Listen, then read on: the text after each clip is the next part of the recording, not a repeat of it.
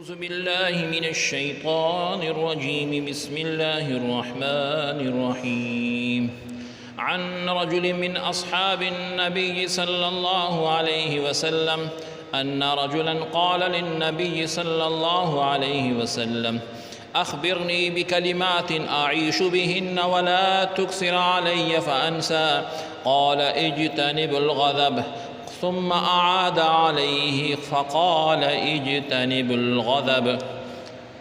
نبی کریم صلی اللہ علیہ وسلم کے ایک صحابی سے مروی ہے کہ ایک آدمی نے نبی کریم صلی اللہ علیہ وسلم سے کہا مجھے ایسے کلمات سکھائیے اور بتلائیے جنہیں میں اپنی زندگی کا حصہ بنا لوں اور زیادہ کلمات نہ ہوں کہ میں بھول جاؤں۔